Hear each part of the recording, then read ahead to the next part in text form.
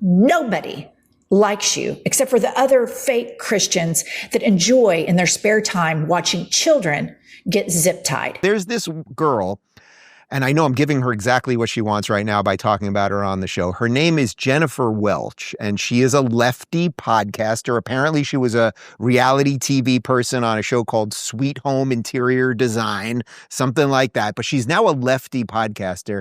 And because it's so hard to find some of these people that are willing to engage, I want to just show you a little bit of what is going on these shows, because here she is going after all of our friend Riley Gaines, who has done nothing other than stand up for women and women's sports. One thing I want to say about Riley Gaines, as she sits there and has the moral high ground against AOC, when I look at people, if I were to say who's more Christ-like, I would pick AOC and the atheist Jew Bernie Sanders and the Muslim Zoran Mamdani a million times over you, Riley Gaines, because Riley Gaines, all you do is hate on people. You are wound up like a cheap clock over trans people. You show them no grace, no compassion. You defend billionaires. You cheer and celebrate when children are zip tied. And then you have the audacity to get on television and try to lecture people who fight for the people that are suffering, that stand and put their arms around people that need sanctuary.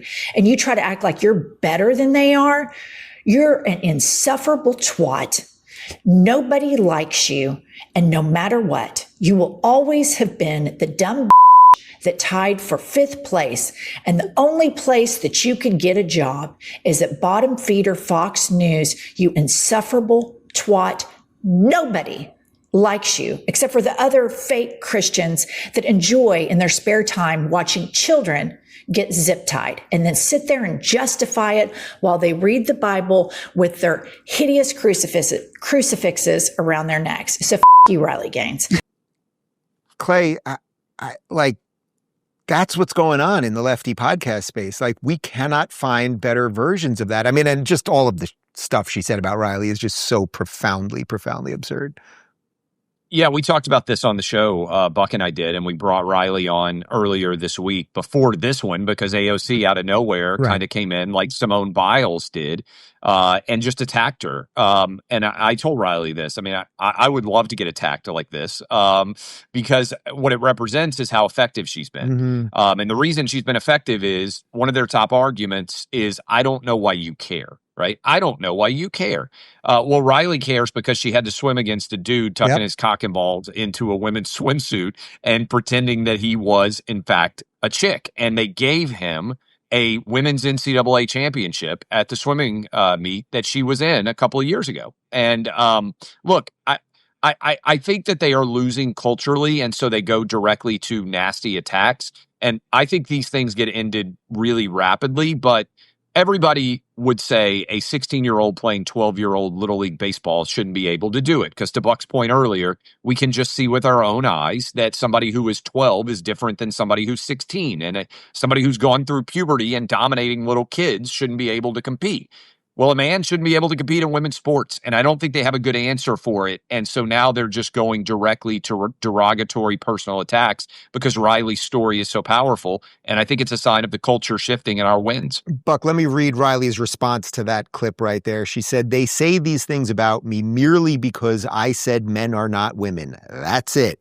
If you share that belief, they think the same thing about you." Such harsh words praying for these women. Did you know most methylene blue sold online is the same grade used in fish tanks? That means low-quality bottles, often made overseas with no testing for heavy metals. That's why you can trust the wellness company's Recharge, a doctor-formulated supplement that combines powdered methylene blue with NAD+ and PQQ. Unlike the sketchy stuff you'll find on Amazon, this methylene blue is USP grade, ensuring top-tier purity for maximum safety and effectiveness.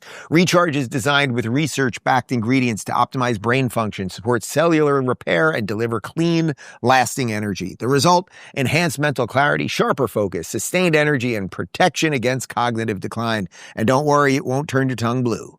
Choose a trusted formula made for your body, not for fish tanks. Feel the difference with Recharge. Head on over to twc.health/Rubin and use code Rubin to get 15% off plus free shipping. That's twc.health/Rubin. Rubin, code Rubin for 15% off. I want to play one other clip of her because, to your point, it's like what happens then is they don't refine their ideas, and then you end up with this type of hysteria. Finally, if you think this Zoran thing is happening just in New York, and you think people are waking up only in New York City, you're mistaken. Look at this clip of a wine mom at the No Kings March. Play the clip. Whatever his name was? Charlie Kirk, ma'am? Yeah, him is horrible. Horrible. Charlie Kirk is horrible? Yes, I'm glad he's not here. You're glad he's dead? Yes. Why would you say something like that, ma'am? Because he was horrible on the campuses, the college campuses. Horrible person. You know what? I do the exact same thing. Well, would you be sorry. glad if I would die? Maybe. I'd have to think about it. You should be ashamed of yourself. Be ashamed of yourself. Your friend just said she'd be happy if I died. I think we need to... So listen up, Democratic establishment. You can either jump on board with this or we're coming after you in the same way that we come after MAGA. Period. And that woman out in somewhere middle America saying, Charlie Kirk, he was a racist. He was a piece of shit. There are so many more of us. Clay, I mean, to me, that's like the perfect encapsulation of everything we're fighting all the time. A radicalized, woman that appears to be a grandma probably, who literally is now wishing death. She's happy that Charlie died and then apparently happy if this other woman died. And then a podcaster who basically is like, yes, we need more of that energy. And that's to the backdrop of a friend of all of ours who is now dead. Look, they believe that we are evil. And they believe that we are Nazis and that we are Hitler incarnate because they're morons. But because I think Buck hit on this, and I think you would sign off on it too, they aren't exposed to the counter argument. They don't understand what we would argue in favor of or against. And this is where I'll give credit to the internet, which is always a little bit dangerous. I like that you were talking, Buck was talking about how all of the left protected itself. They had so many media organizations that would employ people. All of us had to initially make a living in some way on the internet. And I love that. I always think about this analogy of it.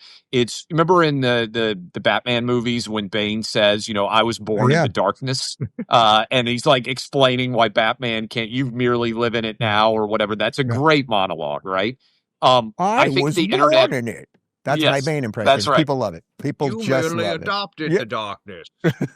It's So solid. I think the reason, this is my big theory, this is in the new book, my big theory on a large scale of why the right is winning now is because the internet was a meritocracy and you had to fight in the muck and in the mud and you had to build attention for yourself instead of somebody saying, hey, you get to be a columnist at the New York Times now, and everybody just sees you and you're supposed to be brilliant. Like, we had to actually get messy and fight our way up. One of my buddies says another part of the analogy is like, you go to public school, you either go to jail or you end up, having success in life because, like, and it's obviously an exaggeration, but he's talking about like you're in the real muck. You're not going to an elite private school. He's like, you go to an elite private school, you'll make $200,000 a year, but you don't have the toughness to end up CEO.